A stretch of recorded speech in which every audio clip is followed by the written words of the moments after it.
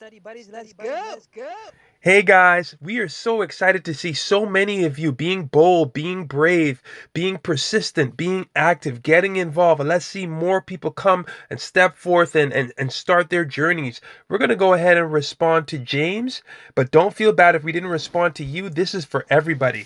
And as you can see here, it says crew resource management tells us the pilot will use all available resources to safely fly the aircraft rather, SOPs, QRA checklists. Basically, he's not a mechanic or she's not a mechanic, but they'll use all those resources available to get the flight done safely or land.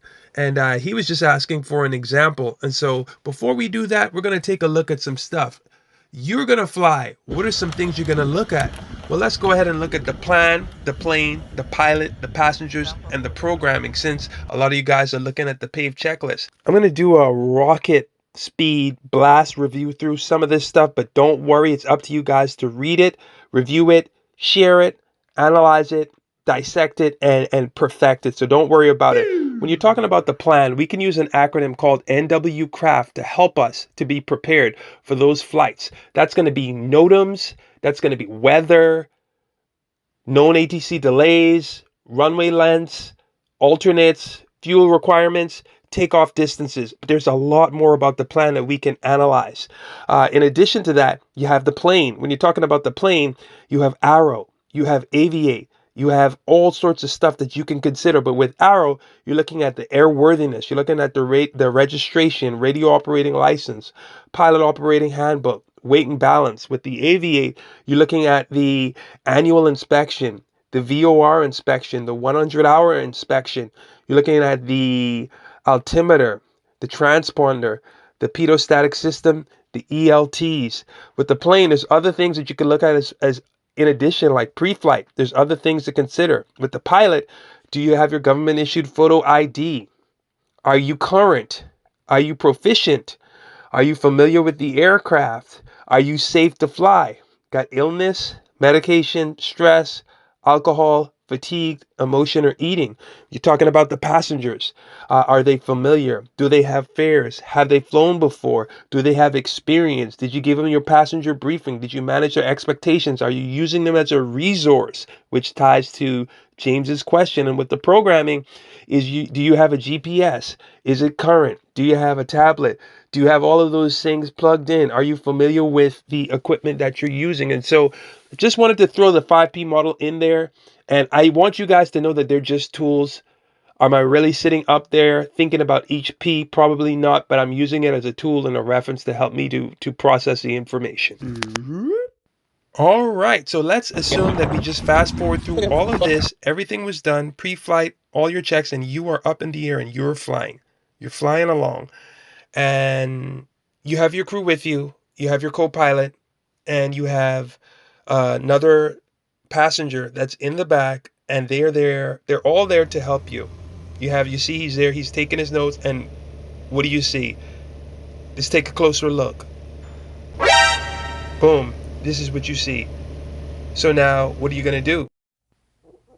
You automatically think about what you know. You use your resources. You have your checklist. You let your co-pilot go ahead and check the checklist. You know that you checked this ammeter during the run-up and everything was good during the run-up. And so you look to see if there's anything else on the checklist that may be able to assist you. And as a matter of fact, you, again, are not doing this yourself. You use your resource, which is your co-pilot, and let them take a look at the checklist. Meanwhile, while they're looking through the checklist, you're thinking about systems knowledge already. You're thinking about what's inside the manual. What does it say about this particular instance? Because as you know, the ammeter, if it's showing a negative, then it's the battery is being discharged. And if it's showing a positive, then the battery is being charged. And for this aircraft, from your system's knowledge, you know, like between 13.6 and 14 is normal, but it's boosting up higher.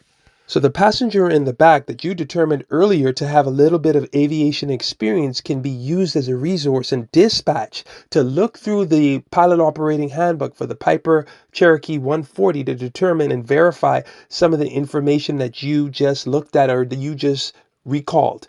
And when you do that, Now you're using all of your resources, including yourself, and that's crew resource management. And that itself doesn't take that much time. You were asking earlier, James, how long does it take?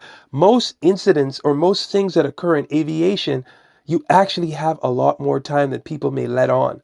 Most things, the majority of things you encounter won't be life or death to where you need to react immediately. Now, that doesn't mean everything. There are some things that you do need to react initially and correct, but then you have more time to think about it. But just going through the checklist and thinking about it for a few moments, you won't lose anything in that scenario. Another factor in this situation is that with some of the older aircraft, some of these gauges can be a little bit unpredictable and lack stability, and that's another factor that you may have thought of. But what's the lesson here? What's the reality of it? The reality of it is we are not trying to teach you how to deal with this unique situation. What we're trying to show you is that there are lots of resources and you use those to respond to the situation. And we went to what would be equivalent to SOP, standard operating procedure, by checking the checklist and checking the manual to make sure if there's a factory prescribed or if there's some sort of resolution to the problem that's recommended, you examine that while at the same time you use your experience. That's the lesson.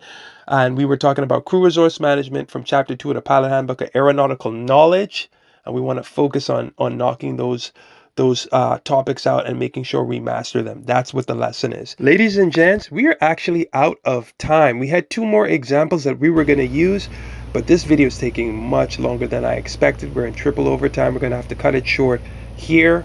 And just want to mention, it was a true story. We did thoroughly assess the risk, threat and error management, and we did determine that if we did have an issue, we would be able to land safely. We had lots of airports in mind straight along the route.